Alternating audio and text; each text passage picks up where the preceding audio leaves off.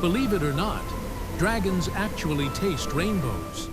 This explains why Zara's pet dragon kept sneezing glitter everywhere. One morning, he accidentally sneezed so hard, it opened a portal to the Giggling Forest. Zara stepped through, feet tickling on grass like cotton candy. She discovered new creatures appeared every time she laughed.